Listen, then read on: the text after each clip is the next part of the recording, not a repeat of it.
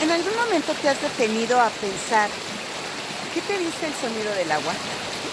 Te invito para que lo hagamos juntos en este momento. Escuchemos por un momento.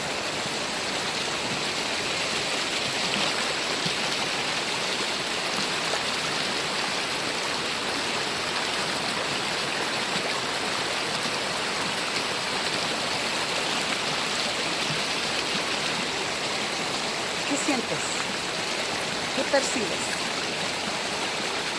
¿Qué te dice el sonido del agua? ¿Te dice algo?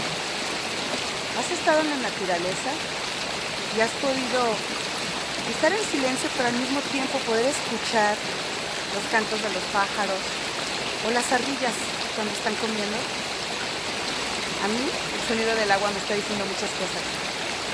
La primera, vida. El escuchar correr el agua me dice